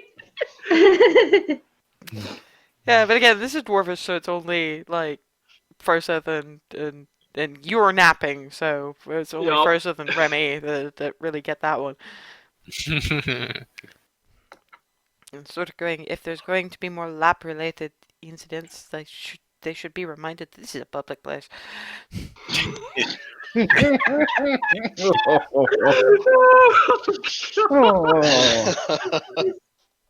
But again, Dwarven, so you know. Nobody knows. Well, no, Remy's Remy and Farseth knows, but Remy is just sort of Yeah, I'm more Remy paying is ready attention. and Frost is frozen. Yeah. And out you step into it's a similar but smaller and less well lit version of Cofferkey. A little rougher hewn.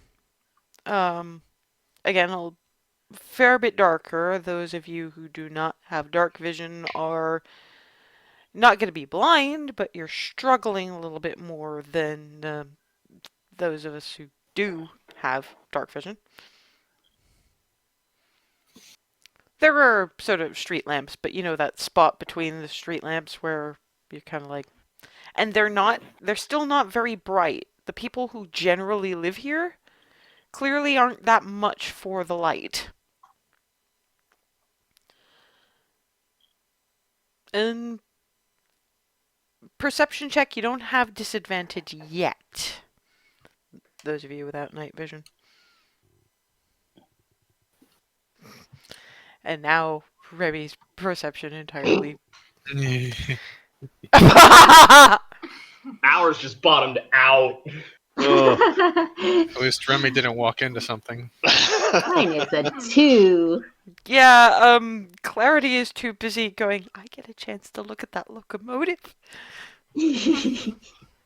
And has absolutely no concept of how it works. It's just, it's. I'm trying to study the hands that are picking up the things, and I'm trying to study how this works. And there's too much to look at. My pen's just sort of like this, and just looking around. I am clearly far too distracted by this. And to be fair, so are most of the rest of you. It's actually only first. Keep an eye on those two. And Furseth is the one that sees, in keeping to the shadows of what's clearly for, an area for people who are much more keen on light. There's some folks watching, and when they see you looking, you don't really get details. You just get the sense that somebody's watching, and when you look in their direction, you get kind of a wave.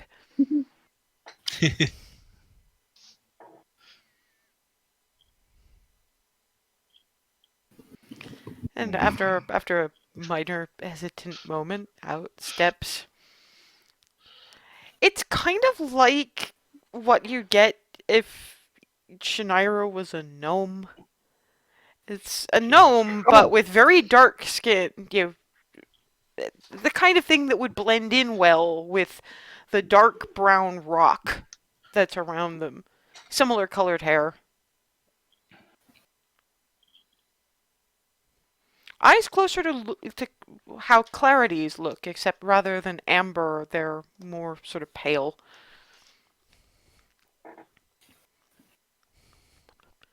Are you the adventurers? Yes. Yep, that'd be us. Well, Yeah. welcome to the Up and Under.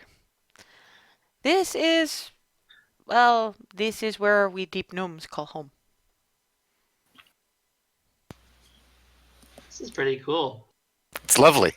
No, it really is. We keep it maintained. It is good to us. I understand that you're coming through our territory. Yes. Yep. We understood there was an issue with wildlife, the purple worm, a large purple worm. Yes, bitey. Or so the scientist types call it. Him, apparently. They're How what? how bitey is bitey? It's called bitey. How much more do you need? Yeah, I was gonna. I think the Yeah, answer's fairly obvious. the answer's kind of in the name. It's a little on the nose. Do they have noses? Wait, what? Can someone with sense talk, please? Please? Please, I would like that very much. Steps back and Glenn looks at Froseth. LSA, Froseth, you're up. I'm gonna let Froseth have a turn.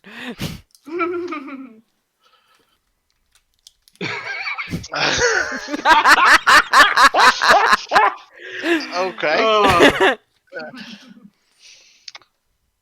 Okay. Well, What can you tell us about Bitey aside from Bitey? Oh no! Well, that's a perfectly reasonable question. It's Yes, the I hope so. phrasing. It's the phrasing. We're allowed the to. phrasing, We're yes. allowed to laugh at the phrasing. Okay. Yes, because you see the deep gnome's not laughing. I'm laughing. Don't interrupt the flow just because I corpsed. Okay. Honestly, I would have to ask the science people if you want any particular specifics about Baiti.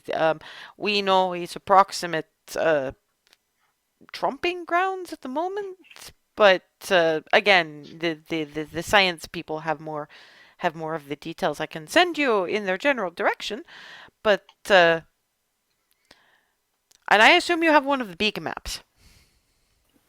Yeah, the Yes, one sure. that's You probably want something a little bit more up and under specific. Could be Yeah. helpful, yes.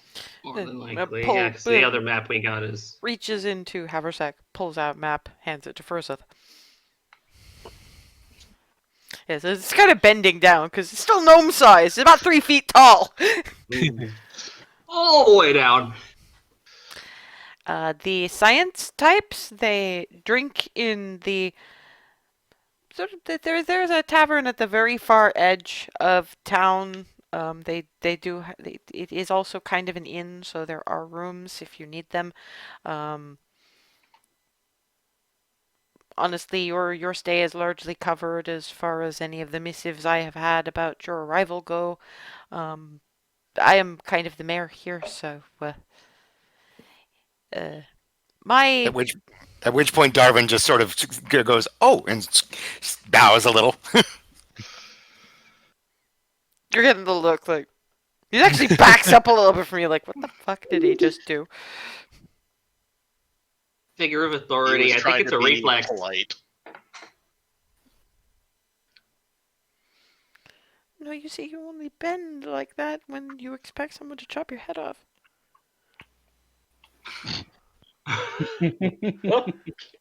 Interesting turn of one. And I thought that was.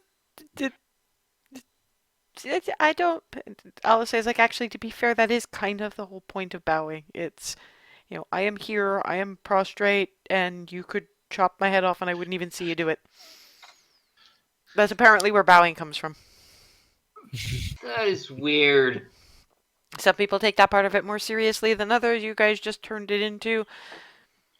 You made it bloodless. You made bowing bloodless.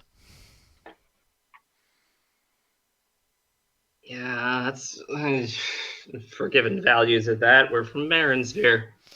No, that's totally cool. It's everybody's got their own versions of genuflection, I guess. What is your version of a mark of respect? Not being an idiot? We're That's gonna have fair. a problem. I apologize now. There are I mean granted, well. half is- large swaths of this group is made of the not common sense. The common sense is Froseth. I'm going to indicate Froseth and Alisay. For the most part. Come on, kinda. Apart from the drinks thing, Hmm. and I will- being remotely interested in me. I apologize Yeah, that's now. fair. I mean well. I was only trying to be polite. My apologies if I offended. And Barnabas has plenty of common sense. He doesn't say anything when he's confused. That's fair. It's a strategy that's worked well for quite some time.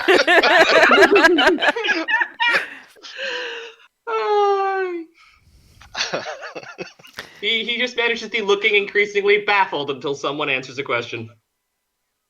Or when someone asks him if he's okay. Generally. Yep. Asking him if he's okay seems to be the cue for him to see that it's safe to start talking again. Am I right? I'm getting the hang of you. Yeah, that's 100% correct. Awesome. Right, so down that road for the tavern? Yes, and this is the mayor's house, so this is my house. If you need anything further, I mean, I will be going to bed in another 3 hours, so if you need anything after that, please wait until our equivalent of morning. But in the meantime, you can go to Guest Hall, which is our tavern inn thing, and you may kind of get stared at a little bit in the dark. Sorry, we are very confused by you. Okay. Understandable. We do stand out a little bit, I suppose. Yes, he's kind of eyeing Alice, if only because it's like, uh, does the hair actually glow? It didn't used to. I'm not always sure what it does now. Okay. That I can't help. I can make sure that it stays only maybe kind of tiny bit glowing. You can control how much it glows. Not entirely, but I can make it not do this. And the halo. Sorry, but I couldn't explain it any other way. No, that is entirely fair. Please don't do that around the rest of it. Yeah, I know. I've I've got a friend who's from deeper down, so I totally get it. She has like a base level of luminescence, and it only goes up from there. So, Yeah, so long as she keeps it at base level, I'm hoping we're fine. I will do my damnedest not to freak anybody out or blind them. Okay. Okay. No, I understand what it is to not be entirely in control of what you are says about you. Um, we because we live under here, people seem to think that what happened to the Durgar and the Drow has happened to us. Ugh. Mhm. It might one day, but for now, by the grace of your adventurers, you probably know this, the grace of the Five Claws, we have so far been okay. When you say you have friend from deeper down, one of us, or Durgar, or Drow? It's okay. We understand from here. Drow. Yes, they did tend more toward. There were a few more survivors, I think, originally. The Durgar, they go so deep and they dig so much, they got into it a lot more.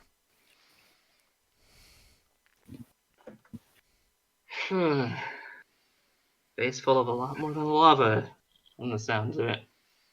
Effectively, yes. We've been lucky so far. Here has avoided that kind of thing. We've had reports about why, but nothing overly detailed because it's pretty clear that you know. But at the very least, that is something you will not encounter here. But the ones what study the animals will be able to tell you all about the wondrous things that they have been studying while they have been down here. You will note some of them are missing bits. Please take that as exactly as you should, frankly. Yeah, I mean, if they're studying them and they're as dangerous as people are saying, that is unfortunately understandable. We get a new crop every month. Oh, here. The ones that survive tend to go less underground the next time. They say they can deal with not having the sun and they can deal with being chewed on, but both at the same time is a little bit much. I bet. Sounds fair. In any case, you have probably had a very long trip and you are probably in need of foods and beds and things. So I will leave you to it. And as I say, my house is right over here. And yes, if you do find yourself watched by the populace, I do apologize ahead of time, but You are a curiosity. We didn't catch your name. No, that is because I did not throw it. And wanders off. Rest well when you get there. Dang it! I was going to say that too. Oh well.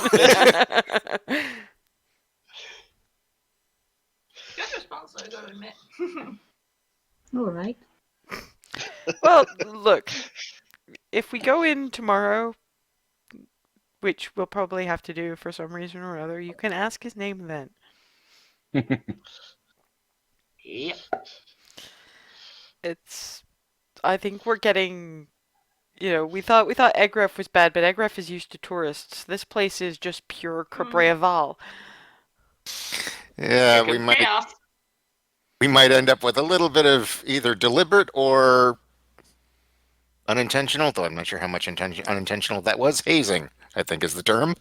I don't think it's so much hazing. I think it's just this is how they're used to being.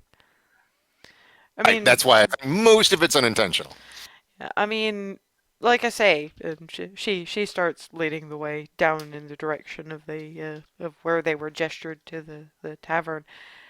It's like I'm gonna have to try to give you guys some hints about how to handle things up north, but even then, I think the most thing I'm ever gonna be able to tell you is do not try to lie to these people.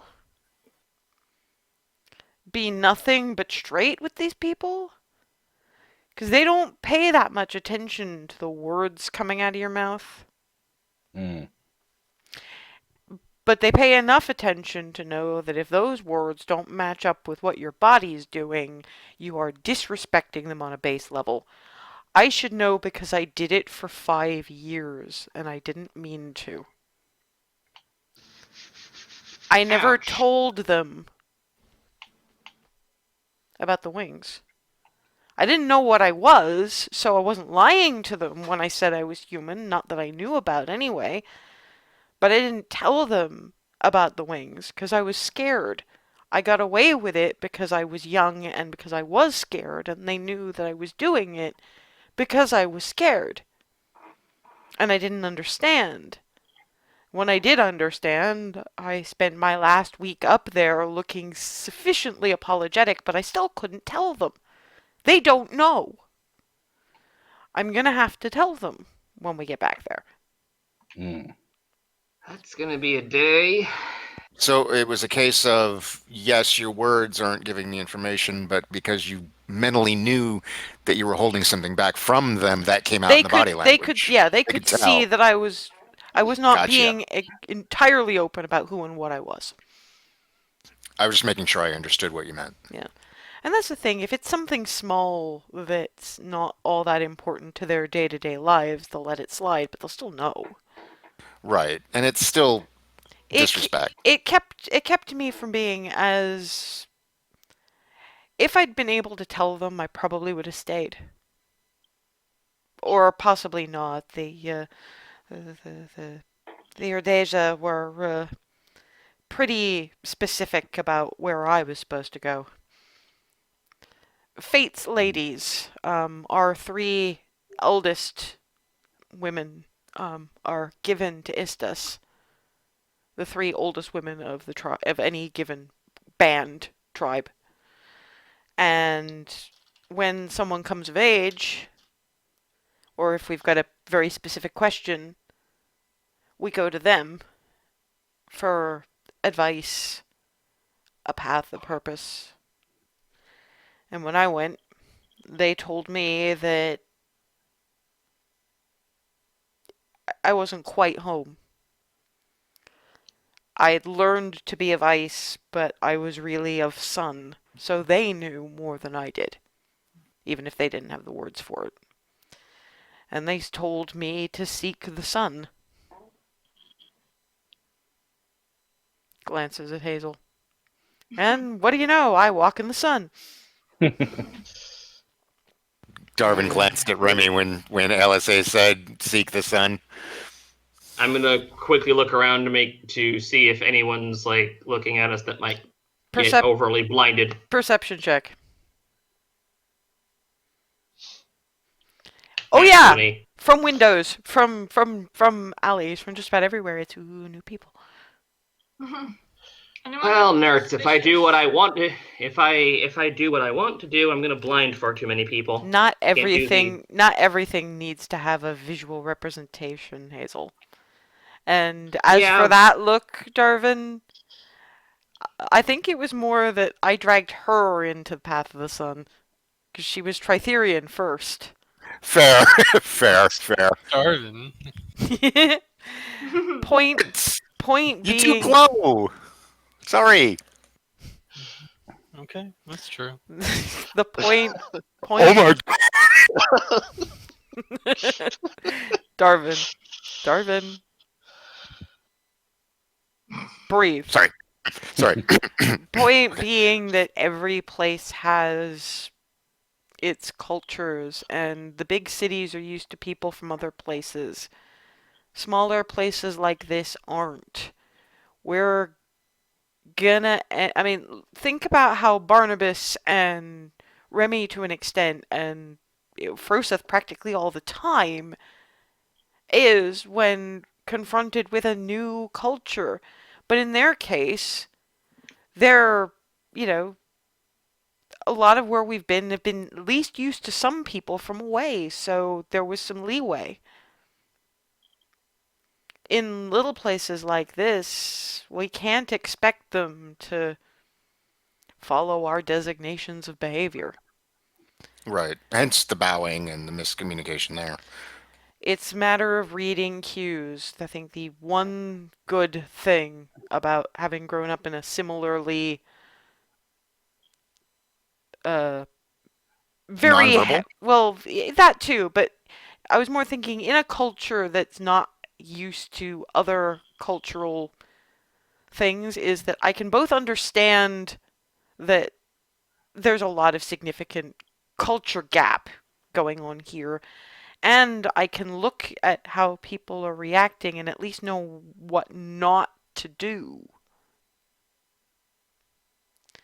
I think our best bet here, speak clearly,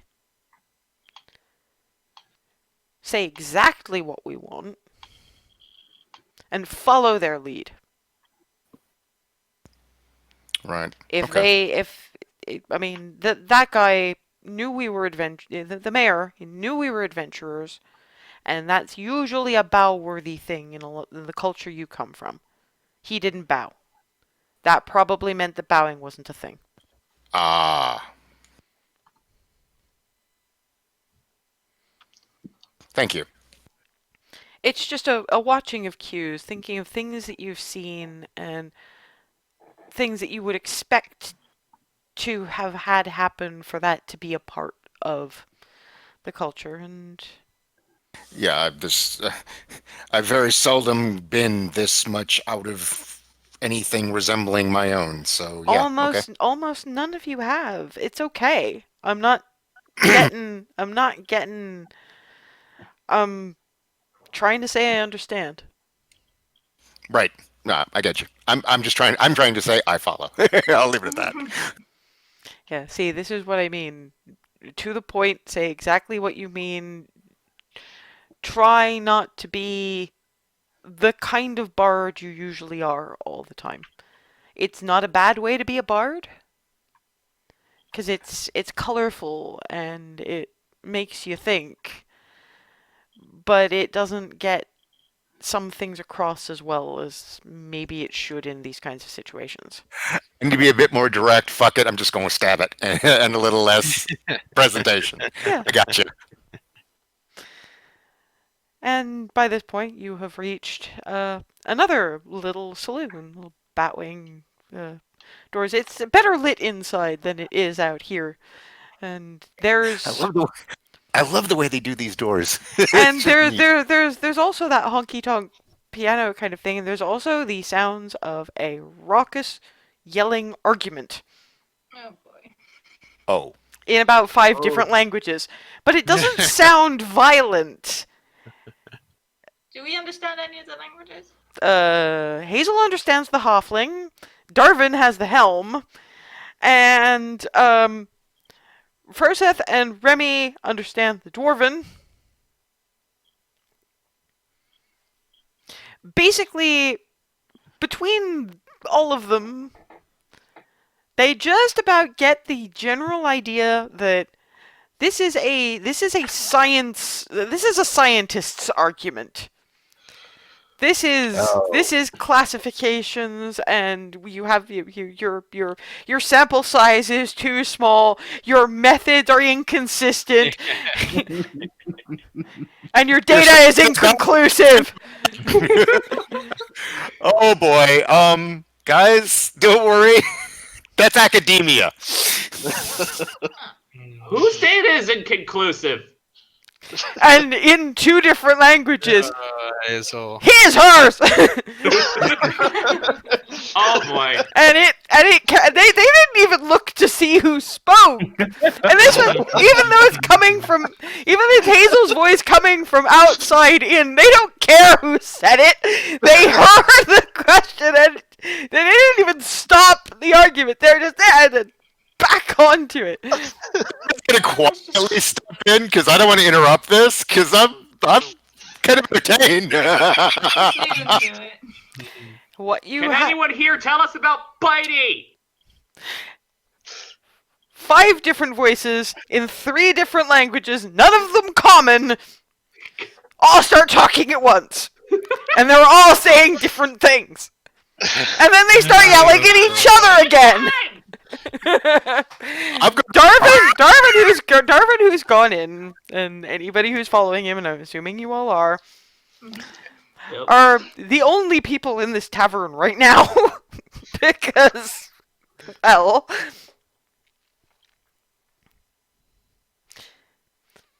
one dwarf, female, short, blunt cut hair, rather spiffy, almost a more streamlined version of Hazel's dapper outfit. And with Darvin's steampunk top hat thing. Oh god! Waving a notebook in the face of a half-orc male who's been yelling in Dwarven this whole time. Again, dressed in steampunk adventurer kit. He looks more dapper than you guys have ever seen a half-orc look. And Oh my god, tidy. is this man Hammerlock? I honestly don't know. So I love you. this is like, think Ford and dress him like Percy. I love you. And actually give him very much the manner of Percy. Oh wow. Who's looking at this at this dwarf woman shoving this notebook in his face like, really? Kind of. It's still yelling, mostly to be heard over the noise. Halfling. You're not entirely sure what gender this one is. But does seem to be kind of... I mean, they join in occasionally as much to keep the argument going as anything else. Oh Christ! And These. this one has that quick flight look, very puffy, kind of blonde hair, halfling kind of thing, and it's occasionally holding up holding up a little number to mark somebody's argumentative point. It's like 8, 6, 7.3, kind of. Seems to be on a chalkboard that is scratch neep, wipe scratch neep. Oh no, it's an academic argument with judges. Apparently.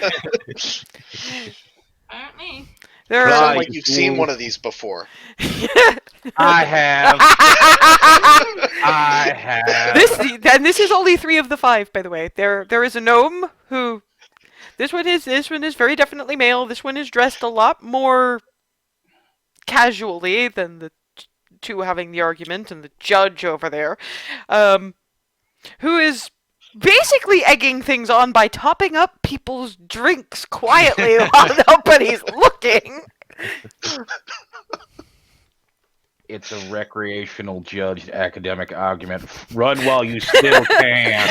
And We need to talk to them. and Sounds amazing. the fifth is, funnily enough, a drow. Female drow, kind of looks late 20s, but given drow, you know Shanaira, she looks sort of in her teens and she's been around for almost 100 years. It's a thing. Sitting there.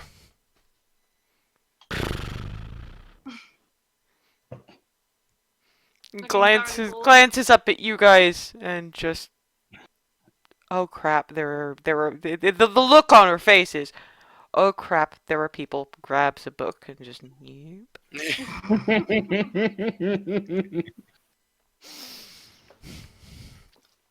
And the argument continues. Smeagol, just so you know, you have a dwarven woman arguing with Hawkfork man, quick flight-ish looking halfling of indeterminate gender holding up judge numbers on a chalkboard, a gnome who is quietly exacerbating things by sort of freshening up people's drinks with something that's probably more alcoholic than they started drinking, and what turns out to be a drow who, when you guys walked in, was just, because she was sitting there just, and sees you guys walk in, grabs a book and just,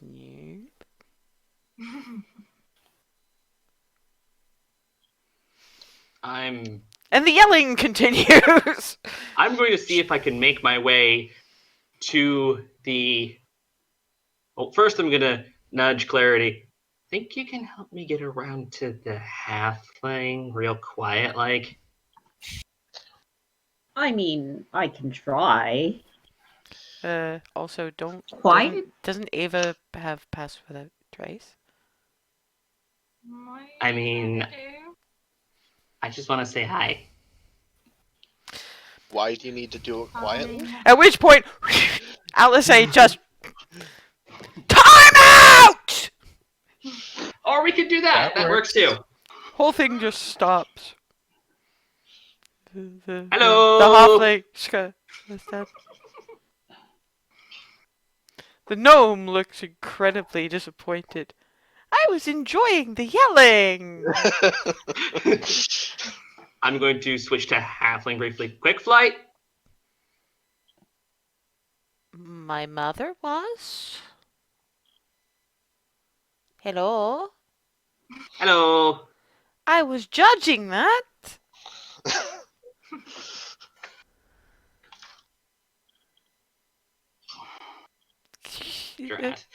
Alice is just nudging and going, you haven't explained. This one's a scientist. They probably travel a waiting lot. for Words. Yeah, trying to come up with the words.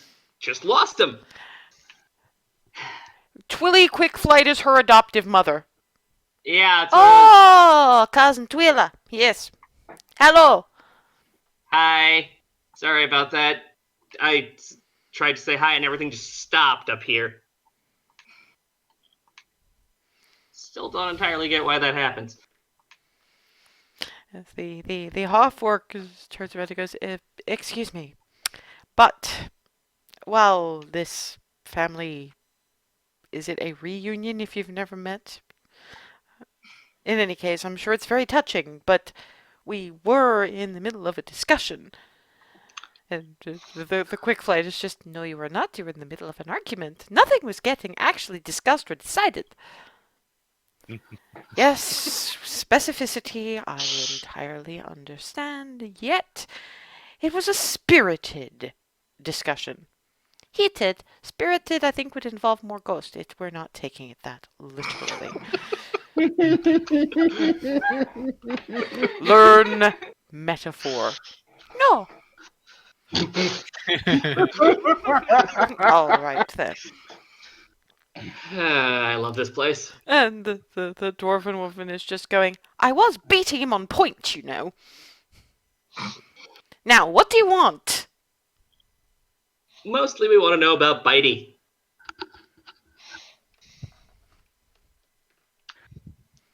We've yeah, been the yelling hired the to yelling take starts care- again, but before Barnabas can start, the argument begins again in earnest. Was that what you were arguing about? Discussing heatedly, apparently. Mhm. Can I try and whistle? I mean, you can, but you do not have the kind of volume that a bard has, and they're. And to be fair, we're at about that time, so you know the people you need to speak to. You just need to figure your way into the judged academic argument being exacerbated by a slightly mischievous gnome with booze and a drow who is really hoping that you guys won't notice she exists. So I will see you all in 2 weeks' time, at which point we will have gone through Christmas and New Year's. So I will wish y'all the happiest of happy holidays, and I will Happy see you holidays. in 2021 when the transition period will be over. And please, dear gods, let me not have rolling blackouts because we get our electricity from the EU too. Fingers crossed that I will still be able to be doing this in 2 weeks' time. Bye, guys. Fingers Bye. crossed. Happy holidays. Luck Happy being New sent. Year. Happy